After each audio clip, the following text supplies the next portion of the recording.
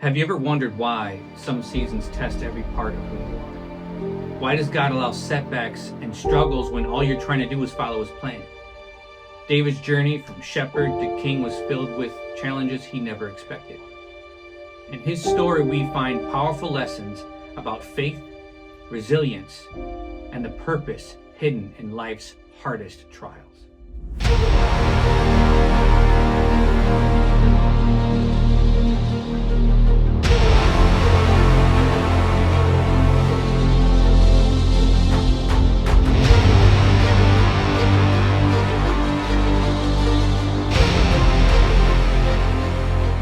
David's story begins in 1 Samuel chapter 16, just after Saul was rejected as king. And the Lord said unto Samuel, How long wilt thou mourn for Saul, seeing I have rejected him from reigning over Israel? Fill thine horn with oil, and go. I will send thee to Jesse the Bethlehemite, for I have provided me a king among his sons. And Samuel said, How can I go? If Saul hear it, he will kill me. And the Lord said, Take an heifer with thee, and say, I am come to sacrifice to the Lord. And call Jesse to the sacrifice, and I will show thee what thou shalt do. And thou shalt anoint unto me him whom I name unto thee. And Samuel did that which the Lord spake, and came to Bethlehem. And the elders of the town trembled at his coming, and said, Comest thou peaceably? And he said, Peaceably. I am come to sacrifice unto the Lord. Sanctify yourselves, and come with me to the sacrifice. And he sanctified Jesse and his sons, and called them to the sacrifice. And it came to pass when they were come, that he looked on Eliab, and said, Surely the Lord's anointed is before him. Samuel, he arrives in Bethlehem, and he calls Jesse and his sons to the sacrifice, and he sanctifies them for the sacrifice. And when he's looking over the sons of Jesse, he looks at Eliab and he sees that this guy is tall, he's good looking, he looks like the kind of person that God would want to be king. Surely this is him. But I want you to see something in the next verse, that God reveals a truth about us and about him. But the Lord said unto Samuel, Look not on his countenance, or on the height of his stature, because I have refused him. For the Lord seeth not as man seeth. For man looketh on the outward appearance, but the Lord looketh on the heart. So the truth revealed there is that God looks at people's hearts. He looks past the outer appearance of what somebody might look like, and he looks at the real person of who they are. And we, as men and women, in our fleshly state, don't look through the person into their heart and try to draw out the real person of who they are. Rather, we look at what they look like, and we judge them on that. And that's not something we should do. We should try to draw out their heart. You know, the old saying goes, don't judge a book by its cover. Now, after revealing this truth to Samuel, God let it play out before him. He let him watch as Jesse called each one of his sons before him, because if Eliab isn't king, then, well, it must be this one or that one. And so Jesse calls his sons. Verse 8. Then Jesse called Abinadab, and made him pass before Samuel. And he said, Neither hath the Lord chosen this. Then Jesse made Shammah to pass by, and he said, Neither hath the Lord chosen this. And Jesse made 7 of his sons pass before Samuel. And Samuel said unto Jesse, The Lord hath not chosen these. And Samuel said unto Jesse, Are here all thy children? And he said, There remaineth yet the youngest. And behold, he keepeth the sheep. And Samuel said unto Jesse, Send and fetch him, for we will not sit down till he come hither. I imagine this scene unfold before Samuel's eyes, as he told Jesse that one of his sons were to be king. And so Jesse, he looks at his sons and he says, okay, if it's not Eliab, it's got to be Abinadab.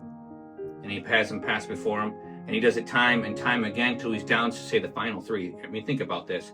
He's got these 2, which aren't named, and then he's got David, who's out. He didn't even consider him, didn't even bring him to the sacrifice. Well, out of these 3, it's not David. It's got to be one of these 2. So he has this one pass before him. No, it's not that one. So it comes down to the final 2. He doesn't even consider, hey, wait a minute, maybe it's Jesse. No, it's between David. If it's not David, well, it's got to be this one. It's not David. So he has the last final one passed before him, and it's not him. And so Samuel asks, hey, do you have another son somewhere? He says, yeah, he's out keeping the sheep. Well, we're not going to sit down until he comes. And he sent and brought him in. Now he was ruddy, and withal of beautiful countenance, and goodly to look to. And the Lord said, arise, anoint him, for this is he. Then Samuel took the horn of oil and anointed him in the midst of his brethren. And the Spirit of the Lord came upon David from that day forward. So Samuel rose up and went to Ramah. Next, we learn how God set up an opportunity for David to come into the kingdom, not yet sitting on the throne, but get a picture of the place one day he will be. But the Spirit of the Lord departed from Saul, and an evil spirit from the Lord troubled him. And Saul's servants said unto him, behold now, an evil spirit from God troubleth thee. Let our Lord now command thy servants, which are before thee, to seek out a man who is cunning, playing on an harp. And it shall come to pass, when the evil spirit from God is upon thee, that he shall play with his hand, and thou shalt be well. And Saul said unto his servants, provide me now a man that can play well, and bring him to me. Then answered one of the servants, and said, behold, I have seen a son of Jesse the Bethlehemite, that is cunning in playing, and a mighty valiant man, and a man of war, and prudent in matters, and a comely person, and the Lord is with him. Wherefore Saul sent messengers unto Jesse, and said, send me David thy son, which is with the sheep. And Jesse took an ass laden with bread, and a bottle of wine, and a kid, and sent them by David his son unto Saul. And we see that this spirit from the Lord that troubled Saul, it came from God himself. And you see, he's got a plan for David. And in this plan, he made it so that the spirit would trouble Saul, so that his servants, knowing of David that he could play the harp, would be called. And David came to Saul and stood before him, and he loved him greatly, and he became his armor bearer. Now, it's not in the Bible exactly how Saul came to love him, but I could imagine when David came and played the harp for him, and his troubling spirit had left, and he had peace, that he looked at the man who had been the one to play the harp and bring him to peace, and he loved him for that. But he loved him so much, he says, you know, you're going to be the one to bear my armor when I go into battle. You're going to carry it for me. I want you by my side. And Saul sent to Jesse, saying, let David, I pray thee, stand before me, for he hath found favor in my sight. And it came to pass, when the evil spirit from God was upon Saul, that David took an harp and played with his hand. So Saul was refreshed and was well, and the evil spirit departed from him. So God gives David a great opportunity to be a part of the Israelite kingdom, but yet be risen to power. But he gives him an opportunity to see what it's like, to see the place where one day he will sit on the throne. Now, as the story continues, Israel is set up to battle the Philistines. The Philistines are on one side of this valley, and the Israelites are on the other side. And as they're there, this large man, this giant, you could say, stands before the Israelites and challenges them. This man, his name is Goliath. And he is a very big man. He's about 9 foot 9 inches tall. And he's holding this spear. He's got this big armor on. Even the armor that he's wearing is very heavy. And he's carrying this very large spear. And the Bible says that the spearhead itself, just the spearhead, weighed somewhere around 15 pounds. And at this time, David had left from bearing Saul's armor. So David, he's there, he's tending the sheep at his father's house. And Jesse, he goes to his son David and he says, son, I want you to take some things to your brothers, take some food to the men who are fighting the war, and go, when you're there, see how your brothers are doing. And so he does. David gathers the things and he heads to the battleground. And when he gets there, he sees what's going on. He takes in the scene that the Israelites are standing still. There's no battle going on. The Philistines are on the other side, and there's this giant calling out to them and challenging them and making fun of the Israelites. And all the Israelites, they're afraid of this man. And so as he's there, he hears about the challenge that Goliath has said, that if one of you will fight me and defeat me, we will be your servants. And if I defeat the man that you put before me, then you're going to be my servants. The Israelites will be the servants of the Philistines. And as the story goes, David says, I'll be the one. Why should any of you be afraid? We are the armies of the living God. I'll fight him. And in this scene, it boggles my mind how the king, looking at David, some young man, maybe around 16, 17, 18 years old at the time, and he's going to allow him to go face Goliath out of all these people, these men that were there that are trained in battle, and he's going to allow David to go before him. But David tells him how he had defeated a lion, how he defeated a bear. And this man is just like those, that I can do this. And so he allows him. He sends him off to do it.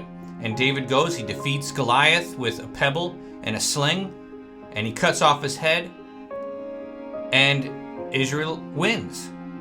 Saul, after witnessing what David had done, defeating Goliath and causing the Philistines to flee in terror, that he calls to him and he speaks with him. And Saul's son is there, Jonathan. And when Jonathan witnesses what David had done defeating Goliath and the way that he handled himself before Saul, in that moment, Jonathan loved David. He's like, man, this guy he's so awesome. I want him to be my friend. And in that moment, that was what he set his heart to do, to be a friend of David. In that moment, Saul, because what he had seen and how valiant David was and how courageous he was, he set him over all of his armies. But now I want us to take a look at the time when Saul hated David, when his hatred began.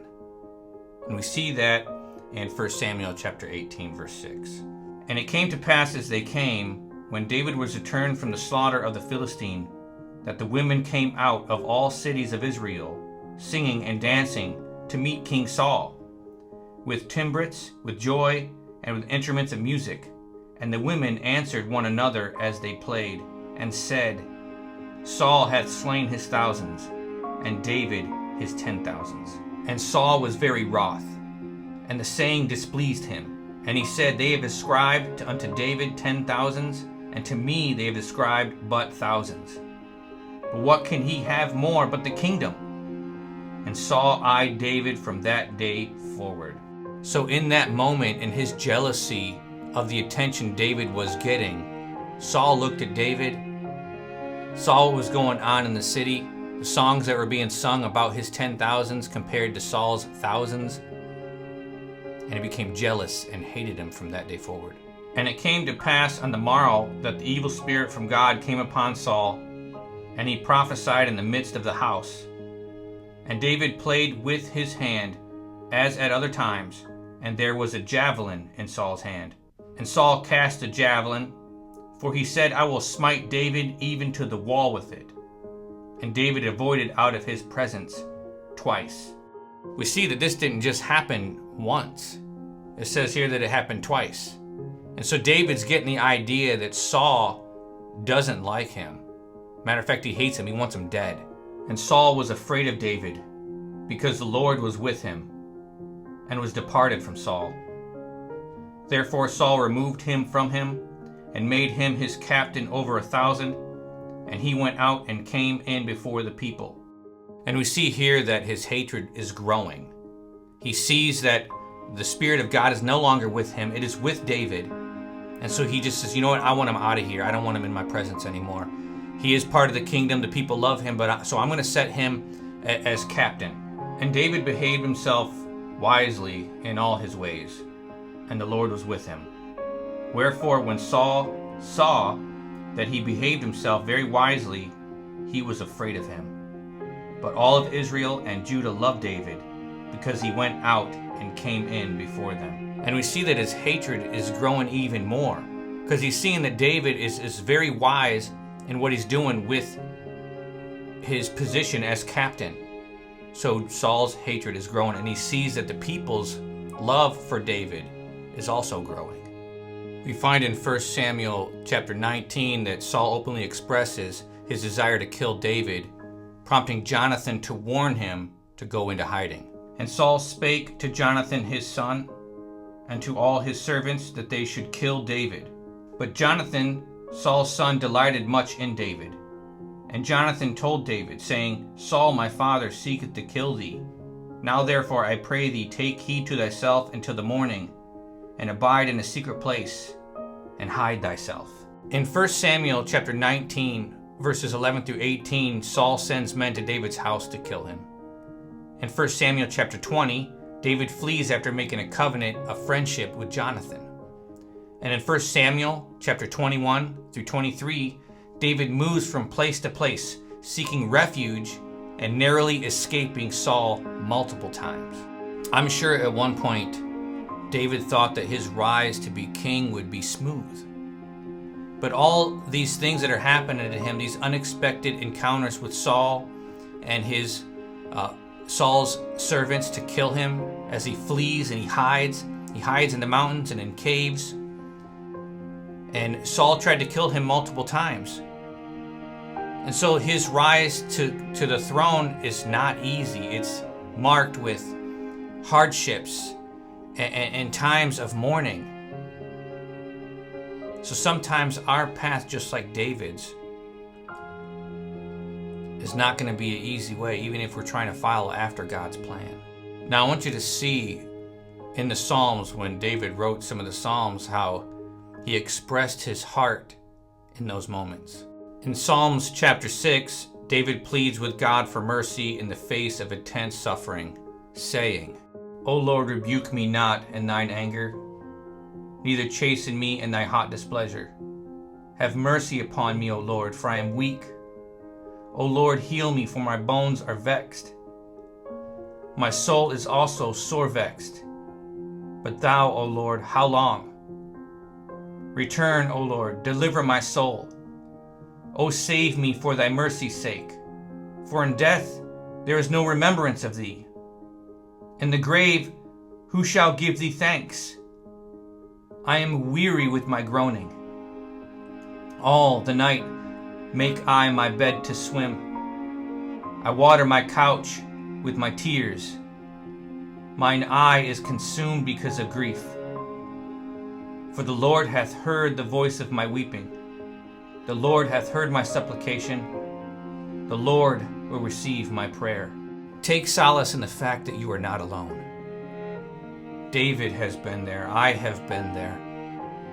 And there are many others in your community that have. And we see other Psalms that David expresses his sorrow during this time.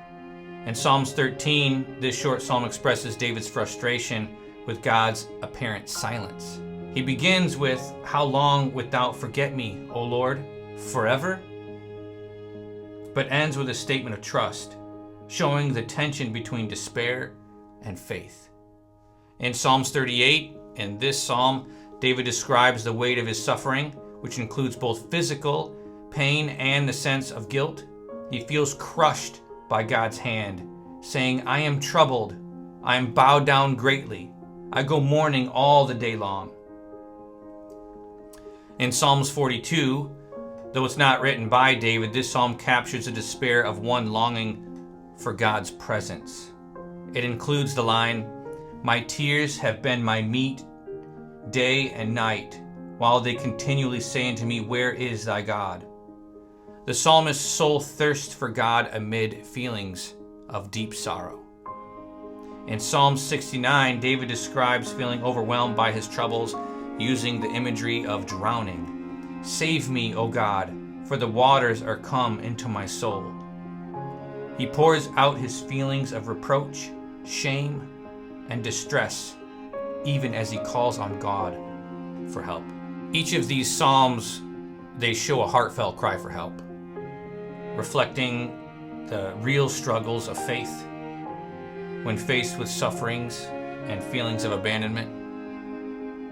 They offer a powerful reminder that even the most troubling emotions have a place in our relationship with God. Psalms 22, this psalm famously begins with, my God, why hast thou forsaken me?" It expresses feelings of abandonment and anguish, yet it moves towards trust in God's deliverance. This psalm also is prophetic as it parallels the suffering of Christ on the cross. If you've ever felt like you're facing the darkness alone, remember you're in good company. David, a man after God's own heart, he cried out in pain, and even Jesus himself knew what it was to feel forsaken.